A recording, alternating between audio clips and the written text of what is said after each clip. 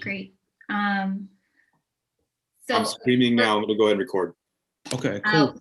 We're going to go ahead and record. So if any of the staff members on the call don't want to be recorded, go ahead and you can turn your cameras off. It's fine with us today. Thanks. Okay, and I think we're to introduce the presentation. We're going to have Mr. Marr and Mr. Dean open it up. Yes, sir. Right on. Hey, first of all, appreciate everybody being on the Zoom. And it's great to see faces, not blank screens. So today, starting off with addressing suicide and self-harm in schools during distance learning. Next slide, please. Okay. So for goals for today, can you guys see that next slide? Jay, can you hit the next slide, please? That's going to be you. Gonna present. There we go. Sorry, I was hitting it, but it's not a present. That's why.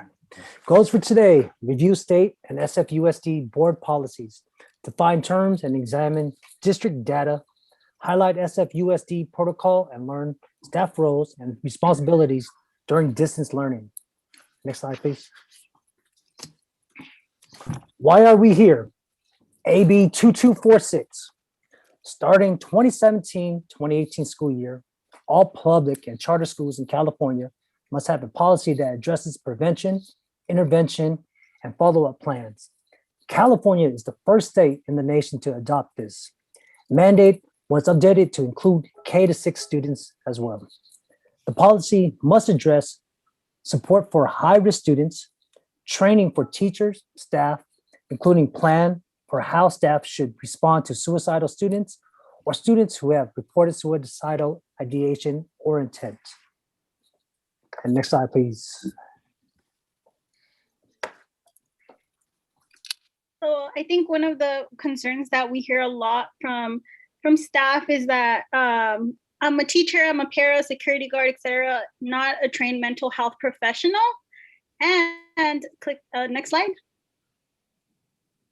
And the reality is, especially right now during distance learning, is that teachers and staff are kind of like the bridge to extra support for counselors, for wellness.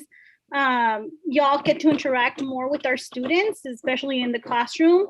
So we're here to support, and I think part of the reason why we're having this training is to support with helping you be able to recognize the warning signs and the risk factors in order to be able to get the students help and to keep them safe. I'll pass it on to Ms. Lee. Okay, let's talk about data, statistics. Let's look at the data. Next slide, please. So this data was taken in 2019 by San Francisco Unified School District Middle School Health Survey. Why are we talking about middle school? We just look at it in a comparison of a high school. What do we see here? We see that 22% of the middle school students in San Francisco Unified seriously consider suicide. The majority of it is more female than male, is roughly about 9% more female compared to male students. And we have more gay and lesbian or bisexual students, 61% compared to heterosexual at 19.6%. And then in the middle, we can see all the breakdown. The highest percentage is our Filipino students that are taking 36% in terms of ethnic breakdown. So you will see more later compared to the high school data. All right, next slide, please. Sorry, let me move that. Actually, sorry, this thing is, can you guys hear me? Yes. Okay, sorry, I just wanted to also add on, sorry, because I'm trying to figure this thing out. My presentation closed itself. Give me a second, sorry. All right, so also what I wanted to point out for staff is that, thanks Ms. Lee for sharing that. Our highest risk demographic, according to this Youth Risk Behavioral Survey from 2019, we're due again this year, another one. We see that Filipinx students are our highest risk demographic. But if we combine that, let's say you're a Filipino student, but you also are a member of the LGBTQ community, your risk greatly increases as well. And I also wanted to point out when this was taken in 2019, you'll look at here, the Chinese is reporting at 19.8%. I would actually argue from my work in wellness over the last 20 years is that percentage is actually much higher, but tends to be historically that Chinese students underreport. And I am pretty sure that in 2021, if we do this again, we would probably see the numbers for Chinese students go up pretty high. Next slide. So thank you for that. So right now I'm going to show you the data from a survey for high school students. And this is done every 2 years, as Jay said. The last one was done in 2019, and it just shows trends amongst prevalence of the ideation, so the thought of suicide, behavior, sorry. How do I go back? There we go, sorry. Suicidal planning, which is just the thoughts and also actually having a plan, and also the behaviors, which might be show up in different ways. And so as you can see, first one is the ones who considered suicidal behavior. Second part is the ones who engaged in it. And then the last one is just any students who have felt sad or hopeless. And as we have mentioned, this is in 2019. We can only guess that most likely this year, those numbers will have gone higher. But the general trend is that there's an increase in the prevalence of suicide ideation and planning behaviors in high school students each year. Next slide. Next slide. And just off of what Ms. Lee showed about middle schoolers, remember that the average out of SFUSD for middle schools, it was 22%.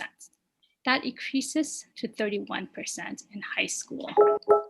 And similar to middle school, amongst ethnicities, Filipinx students are the ones who have a pretty high prevalence, but you will also notice that our Hispanic and Latinx, our white students, and our students who are labeled multiracial or did not choose a specific ethnicity are also extremely high and above average percentage.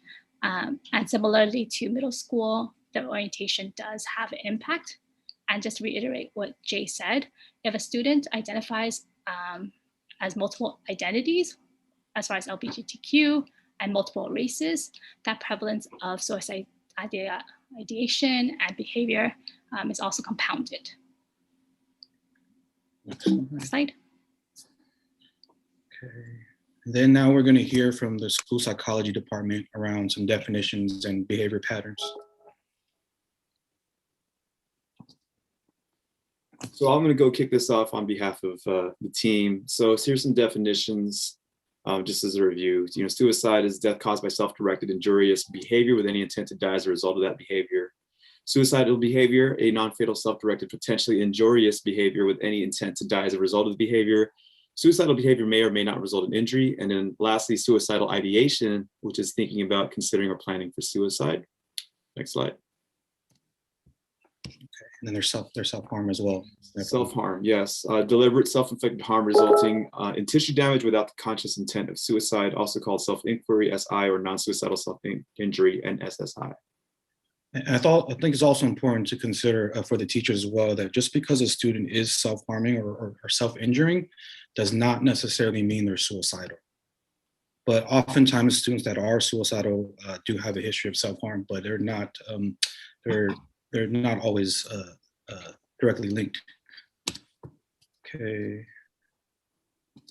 And okay, this is maybe some of the behaviors. Dr. G. Dr. G or Anna? Anna? Yeah, I can. Can you, it's not showing up on my end. Oh, there we go. Yeah, I'll just open up all of them. Yeah, perfect. So some of the reasons why in our earlier age students, such as elementary, is a lack of impulse control, lack of emotional expression or regulation, the need to escape from pain, not fully understanding the concept of death, as well as isolation and a lack of meaningful connection. For our older students, it can include the teenage brain being highly impulsive, as well as little or no sense of a future, lack of emotional expression or regulation, as well as still developing a sense of empathy and way in the world. And moving along, some risk factors, as you guys are pretty much aware of, risk factors are pretty much exactly what they sound like, issues in a young person's life that increases the likelihood or risk of them acting on suicidal behavior. Risk factors are often longer term challenges that a young person may deal with over a long period of time. Some of the more common risk factors include previous suicide attempts, history of substance abuse, physical illness or disability, relationship problems that can include conflict with parents or romantic partners, peers, losing a family or a friend to suicide, access to harmful means such as medication or weapons, ongoing exposure to bullying during these times, cyberbullying, a recent death of a family member or a close friend, as well as a history of mental health conditions. And moving on to protective factors, risk factors can be balanced out to a certain extent by the presence of protective factors. Some protective factors that can help reduce student suicidal behavior include strong positive relationships with parents and guardians, them feeling secure and supported, connections to non-parental adults such as teachers, counselors, the wellness team, academic achievement, school safety, awareness and access to local health services, closeness to caring friends, neighborhood safety, overall feeling a sense of belonging and a higher purpose and resilience. Thanks, Anna. And I just also wanted to add on for the staff and team here is that research has shown that the number one intervention, proven intervention in preventing a suicide is that the young person knows that there is an adult that cares. So that could be anybody. It could be wellness team. It could be you, the teachers. It could be the cafeteria people, anybody. That's one of the hugest protective factors. And I think this part is Dr. G. Yep. And Dr. You want me to just throw them all out on the screen? Yeah, I can do that. So just thinking about some behaviors that we often see that precedes or comes along with self-harm or suicidal behavior. Self-harm, we're kind of referring to a few different behaviors. We usually think of it most commonly as cutting, but statistically burning is actually the most common form, or at least it was last I checked a couple of years ago. Those come up pretty frequently. Usually it's this case of like feeling like they're not able to express emotion, or that there are inappropriate emotions to express. That can be gendered, it can be any number of things. Cultural influences, they all contribute. A lot of times we'll see students with self-harm behaviors hiding that. I know we live in San Francisco, so we all wear long sleeves oftentimes, but that idea of like wearing and trying to hide things under our clothing, right, when maybe the weather is not indicating that type of clothing or layering. It also tends to come along with other like eating disorders, substance use, depression, other mental health conditions. The same is true for suicide. And then with self-harm, just kind of oftentimes individuals describe it as an addictive behavior. It does release our endogenous opioids, for those of you scientifically minded people, which does create kind of a similar addicting effect. One of the things we don't want to do is to tell students just to promise not to do it, because that tends not to be very successful. They need usually help to kind of change those behavior patterns. When we're thinking more about suicide behavior and suicidal thinking, these are kind of some immediate warning signs that it's coming up. Thinking about planning or talking about wanting to die or kill oneself. we tend not to ask this question to students, or parents don't, because they're afraid it will plant the idea. That's kind of a myth, right? If you're not thinking it, you're not going to just suddenly go along with that thinking if someone suggests it to you. About 95% of people tell at least one person before they make an attempt on their life or engage in suicide behavior, because most people do want to live. Thinking about a lot of other symptoms we see are around withdrawal behavior. So kind of that pulling into their shell, disconnecting from other people, not having an interest in things they had interest in anymore. This idea of kind of chronically putting themselves in harm's way. Like definitely had students who just purposely walk into traffic, right? Or just kind of are not taking their safety seriously. Giving away possessions can be a warning sign. And then one that has come up for me over the years that I wanted to include is just a sudden change, a sudden increase in energy or a change in affect. And sometimes that can be a change to the positive, right? So once somebody has been kind of feeling stuck and painful and overwhelmed, but now they have a plan of how they're going to end their life, often you'll see this uptick in energy or suddenly this brightening of their emotional state because they have a plan to get out of it. So just kind of, those are definitely things to watch for. Next slide, please. Cool. And I also just wanted to add on to what Dr. G was saying is that in my experiences, it's not always going to be so direct as where they're going to tell you they're going to take your life. So an example of that sudden increase in energy, change in affect that Dr. G is given is that many, many years ago, I worked at a school site, a small school, where we were working with a very, very high risk client. And he came in and let our clinician know that he was in a very good mood, that the clinician should be very happy for him because at 3:30 this afternoon that he planned to be in a much better place. And then we had to initiate a child crisis call to stop that young man from swallowing pills. But it doesn't always, the affect, like Dr. G was saying, you might notice suddenly increase in energy and a positive affect. Okay, and then we're gonna do a little quick exercise with Dr. G. Yeah, absolutely. So just in the chat box, if you all wouldn't mind, just what are some of the behaviors that you may see or hear related to self-harm or suicide behavior during distance learning? Things that may have come up. Please don't share about specific students, but if you have examples to share. Cool.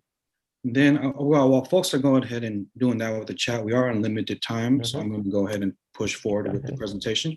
Perfect. Okay. Yeah, so things that we're looking for here is, right, often there's some sort of sharing happening on social media, and we might learn about it from a peer. That oftentimes there are these attempts to kind of reach out and let somebody know, or when someone inquires, usually someone knows about the behavior that is going on and kind of what's been happening. Writing about it in assignments, that's the same in person or distance learning. We know those things are coming up. Kind of more specifically with suicidal ideation, we know that's truly like that immediate threat usually once they're making those statements. So just kind of be especially alert for anything that might come up in chat. On writing assignments that you have for class. And this, like Jay was saying, like ideation may be pretty vague, right? Like that idea of like the quick KMS statement, right? Or like kill myself.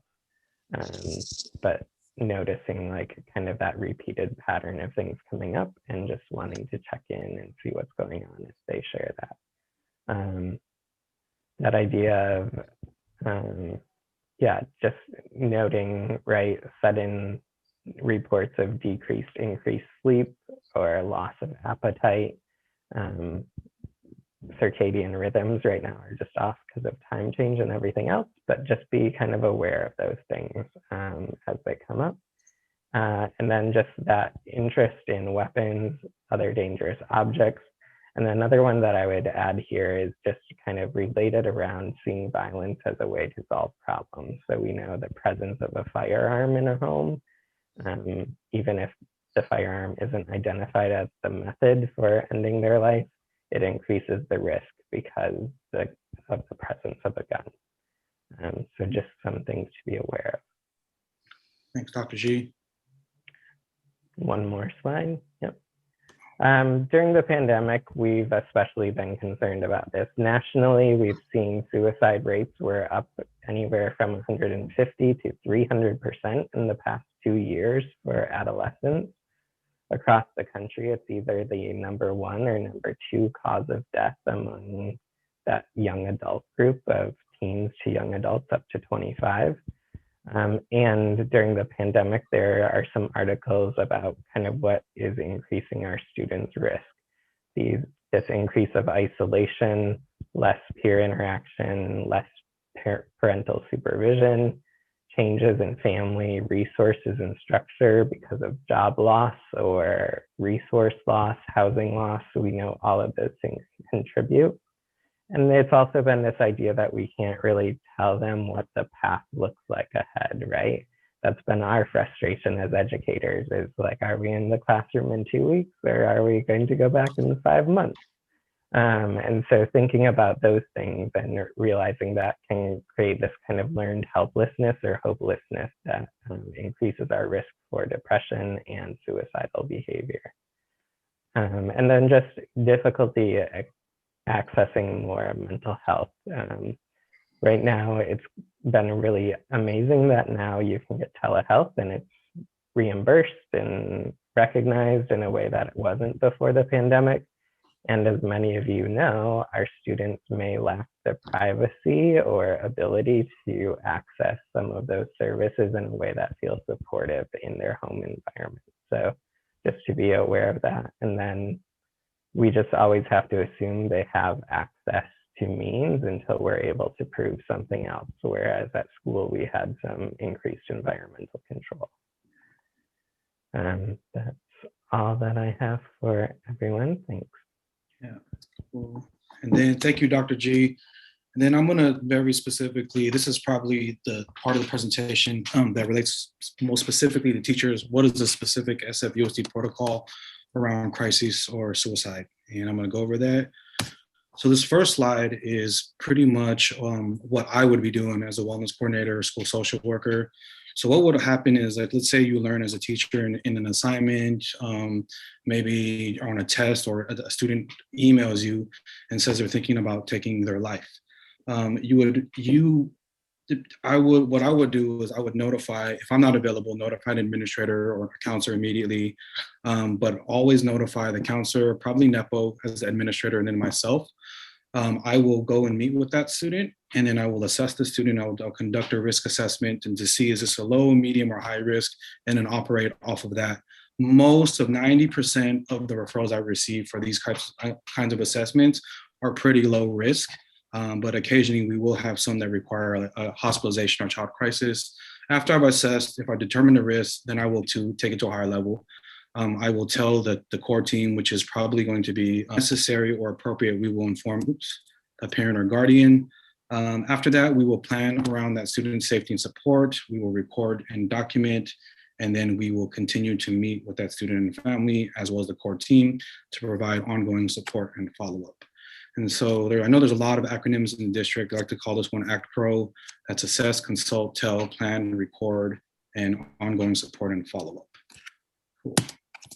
And then I realize I'm moving pretty fast. I'll take some time to end the presentation, just in the interest of time, to answer questions. But if you guys don't mind, if you have any questions, please feel to throw them in the chat right now. Protocol is that you should immediately share your concerns with myself, school counselor, the school nurse, and or an administrator. And I want to stress this. I've had a situation, and I don't want, and I'm not going to, I don't want anyone to feel outed or anything, but I just want to address the scenarios that I had a situation in the past where a teacher or staff member learned or was shared that a student was being hit at home. The staff member felt that it was not as serious based upon knowing that student. And then I heard about the situation a week and a half later. When I did run, and when I realized about the incident, I ran that student's attendance report and realized that they hadn't been in school since they reported to that staff member. And then we became gravely concerned, and we did a lot of follow-up and called the family, and we made sure the student was safe. But whenever you learn of anything potentially around suicide or abuse or anything mandated, anything reportable, please let myself, a counselor, the school nurse, or an administrator know immediately. And then also, once we develop a plan that may be like, we might do some accommodations, we may do 504, or maybe an IEP, your expectation as a teacher would be to participate in that meeting as well. And let's see, the last one is facilitate communication with student support staff as needed, with student support as needed in class, breakout room, etc. So it's like anything comes up, just make sure that you guys inform us. Sorry, next one. When we're responding to students, the first thing we want to make sure, I know that you guys, I've also taught before, and I know that there's a lot on your plate as teachers. We're not asking you all to be therapists or mental health professionals, but there are a couple of basics that we would like to ask of teachers when responding to students when you learn of a crisis. Is number one is to stay calm, and number two is to have empathy, and three is to avoid shaming or showing shock. You might try saying things like, thank you for sharing with me. I'm so glad you're sharing this with me. It seems like you're having a really hard time. Let's chat in a breakout room, on the phone, etc. And always, one of the things I also like to tell staff is that same thing with our interns. It's always a good idea if you have a student that is suicidal or expressing any kind of crises, when you do establish contact and communication with them, one of the first questions you should ask them is to confirm the address on file on Synergy, to confirm that they're actually there.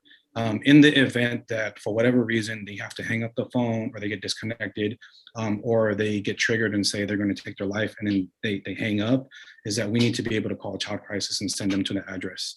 So just to always make sure that you confirm the location of the student. And especially about staying calm as well, is because when a student's in a crisis, they're going to lean on you all as the rock, to be grounded and calm, to support them. So it's especially important to project that energy. Another things I also like to use, if you find yourself in a situation where a student is really, really elevated and you need to just kind of de-escalate the conversation, is I like to use a technique. It's called mirroring, and it's so simple. You literally just have to repeat back. You just have to add, so what I hear you saying is, and then repeat back to the student what they've told you. And what that does is it lets the student, they hear you say, I'm being heard and listened to, and it kind of brings the energy and keeps the conversation at a certain level that allows you to de-escalate. Okay. Additional ways to support. If the student is willing to talk, remain empathetic and listen without judgment. Reassure a student that there's nothing to be ashamed of and they're not in trouble. You can use some of these suggested sentence starters. I noticed, I am concerned because I care about your safety and your feelings. Who do you feel safe, comfortable talking about this with? And I highlighted this one is important, is that if you learn of something that is a crisis or mandated, I would encourage you that you do let the student front load them by saying something along the lines of, we need to talk to the social worker, nurse, counselor to make sure you are safe and get the help you need. You may experience, because teenagers, as always, like you may experience some resistance. You may experience some pushback. They may tell you things like, I told you that in confidence. Please don't share that with anybody. I'll never speak to you again. If you do, that's a very real concern, I think, as an educator you have about your relationships with your students. But I want to reassure you, in the 20 years of doing this, I've had plenty of students go bad on me and say they'll never speak to me again.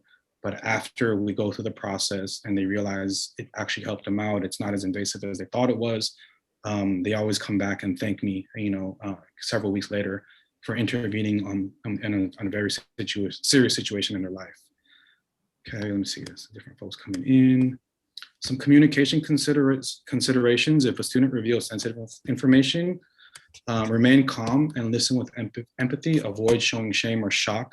Young people are very, very good at reading energy. And if you show any kind of judgment in your facial expression or your tone, it may actually close off the communication where they don't feel safe telling you more. You should report the incident to myself, the school nurse, or counselor ASAP. It should be on the same day. Okay. And you also want to consult with an administrator if you cannot find a student support services staff to share your concerns. Please, this one, please, I always want to refresh this with staff is please respect the student's privacy. Only share what is necessary with staff. You may be feeling some anxiety around what's going on with your student. I encourage you all to please work that out and process that out in your own private therapy. Do not share any of the information in regards with the student, only with other staff, only what's necessary and educationally relevant. Minimize gossip and rumors if other students are involved or a witness, and CCT or support staff and administration can help with this as well. And consult with myself if you, the wellness coordinator, if you need help navigating these conversations with young people. Okay, some other communication considerations. If you are communicating your concern via email or text, be sure that you receive a confirmation the message is received.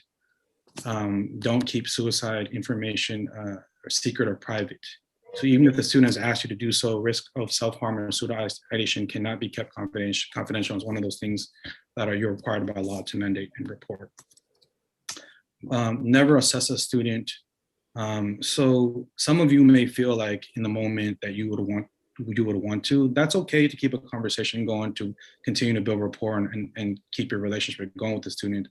But I would not try to, if a student reports anything that you're concerned about, let the wellness coordinator, the nurse, a counselor, or school psychologist do the risk assessment. Just a time check, we got about 4 more minutes. For sure. And do not ask student peers for information about, so don't ask any of the other students about the student's issues. And do not ask why the student is self-harming or try to discount the behavior by painting a rosy portrait of their life.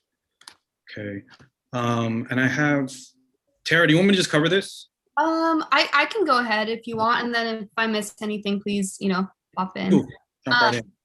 All right, so if you're concerned about a student safety that you're made aware of after hours, either through opening an email or a text, please immediately contact an administrator and social worker, most likely JG and NEPO, the next school day, so the proper staff members can get connected with the student and the team can provide prompt follow-up. However, if there's an imminent life-threatening safety concern, for example, a medical emergency, or the student is in immediate danger, please use your resources for medical concerns or danger. Call 911 for suspected child abuse, call Child Protective Services. And if the student is in mental health crisis, you can call the 24-hour crisis evaluation and intervention line. They can also provide consultation. You can go to the next slide, JG. And really quickly, I wanted to add on for staff is that we were told, we are told this as well, is if you learn of a concern after work hours, let's say you open an email, a student has sent you an assignment where they say that they're thinking about committing suicide. Please do not just forward that to myself and an administrator, because legally, unless we open it and look at that information, then we become legally bound. But other than that, the legal responsibility, if you learn that a student's safety or life is in danger, the onus is on the adult that learned about it to follow up and make sure that student is safe. So if it's after hours, because I'm being better about managing my boundaries this year, is that I'm not checking voicemails or emails or text messages after 4 p.m. So if you guys learn of something and you're concerned that the student's safety is in danger, the onus is on you, the adult who knows about the situation, to follow up if it's after work hours. Okay. So just want to make sure that's clear. Yeah, so as JG covered, if you read a text email after work hours, you may incur some liability if you choose to not respond to the next workday if the student's in immediate danger. This is also a good reminder and suggestion to set your emails on vacation mode as well as your texting service you use while attaching those crisis numbers so that there's resources available if the student does reach out to you. And as the wellness team, we can, numbers and provide you the resources to put in your vacation mode. Let's just say we do pick up the phone or read that text and, as a mandated reporter, would that be a 911 call? in that if you're not taking phone calls? Who would we call in the school district? What would you recommend? I'll answer that one, Stacy. So it would really depend on the situation, but let's say you, after hours, you pick up a phone call from a student and the student says to you that they're thinking about taking anything where you suspect a child is being harmed, then your legal mandate would be to call and consult, and if needed, they'll tell you to report and file. Comprehensive Child Crisis Services is for reporting cases of self-harm to self or others. The agency will respond and assess. It's important to know that it does bill to insurance. And who can make this call? It should only be school social workers, nurse counselors, trained mental health professionals, and administrators should do this. So to answer Stacy's question, I would think that if you have that situation, you would call and try to consult with one of us. If we're not available, I would say call APS. And then quickly, a couple of things to remember about your roles. Please report your concerns immediately. Consult with me as necessary. Sorry, I didn't list my number there. I have a 628 number, but you can always email me. Sorry. And I add my email address and I'll get back to you guys within 24 hours. It says if I'm not available, please report to the counselor, school nurse, or school psychologist. And if they're not there, please report to administrator, which will be NEPO. And this part is around self-care and support, is just recognizing that the work is difficult and may bring up a lot of emotions. So take care of yourself and seek support if needed. Available resources include consultation with myself, the wellness team. There's mental health resources for faculty and staff that I can connect you with outside the community. There's always the EAP, Employee Assistance Program offered through the district. And then there's the Pro Quality of Life self-scored survey that you can take to see whether or not you're engaging in a healthy amount of self-care. And then at this point, we'll take any questions. And just again, thank you all for sticking around. We started a bit later, but that's fine. Reopening stuff is always more important at this point. But we are here to stick around through 3:30. So admin will be here, the CCT will be here to answer questions. Right. Does anyone have any, sorry. Let me see, I'm trying to read the chat now. Stop sharing, let me catch up. Hey Jay, can I just announce the workshops? Yeah, go ahead, go for it, Angie. Well, I was sharing, so I'm catching up to the chat now. Hi, everybody. It's Angie here. I just wanted to share that next week, we will be offering 4 separate workshops, Tuesday through Wednesday. I send out an email on Monday. So if you're interested in registering or participating, you in your classes, or just you, if you don't have a class at that time, it's fine, you can come too. So anybody's welcome to come in, just please pre-register. I sent out the link in the email and I also added it right now to the chat. And it's going to be 4 different workshops. It's the same workshop, but it's going to be offered at 4 different times, Tuesday through Wednesday. You can feel free to ask me any questions. I sent out that email. Some of you have signed up already, but I would love to have more of you come in and hear those workshops, and bring your students, please. Yes, we have a limit to about 500 people per workshop. So, we can accommodate up to 15 to 20 classrooms at a shot. Just heads up. And then, I'm sorry, I was sharing my screen and there's like 78 messages here. So I'm trying to dig through all the questions. Were most of them answered, or is there any? And there's a question about can we get these numbers for the crisis lines? Most certainly, we'll send that out to Balboa staff this afternoon. I think Ms. Verdine, thank you for putting that in the chat. But we will go ahead and email the group. Is there anything else that feel free to just go out and ask it again, so we're not sifting through about 70, 80 messages. Yeah. And feel free to leave if you need to leave. Thank you for being here. I think I heard somebody. Was there a question? No, I was just gonna say I want to answer a question. They asked me about the link. I'm actually gonna be sending out that Zoom link, most likely today or tomorrow, to whoever's already signed up. So the sooner you sign up, the earlier you'll get the link, so you can distribute it to your classes. Cool. And then I also wanted to add for folks just about wellness services, because I'll just give you a quick update. Is that I currently have 1 available slot for the rest of the spring semester with an intern. I'm not happy about it at all. We had 2 interns suddenly drop out in spring semester that I brought on. So reduced our initial capacity. I had 17 for spring semester down to 5, and then now I'm down to 1. But what I want to stress for the staff is that we will take wellness referrals, any and all wellness referrals from you until 3:30 June 4th. That will fall on me to figure out what to do with them, but we want to know what's going on. But really quickly, the last time we will see students, last referral I will take for ongoing regular weekly services will be Friday, April 30th, starting on Monday, May 3rd, I believe it is. We will be informing kids that we are only going to see them for drop-in or short-term counseling because we're ending the school year. So I didn't feel it would be very good to start a student with an intern that they're going to open up to and only meet 4 times and then suddenly leave. So we're starting from in May, we will be informing all wellness referrals coming in that we're either going to refer you out to an outside community-based organization, or we will just let you know that we can only meet you for 1 to 3 sessions before school gets out. Yeah. And that's where I really need the help of kind of the staff, is just advocating for more resources for BAL. It's really, really ridiculous that there's only 1 full-time therapist for a school of 1,300. And that's John Fernandez, who's been doing an amazing job, but there really should be 2 other positions filled by DPH, which is a lead LCSW and another 2930 behavioral health clinician. If we have those 3 positions filled, our total capacity would be upwards of 80 plus students for one-to-one therapy. But right now, as it stands, it's only John Fernandez and a piecemeal crew of interns, which I had to put together this year. But with, and interns are great, but they're learning. And so I would really prefer to have like a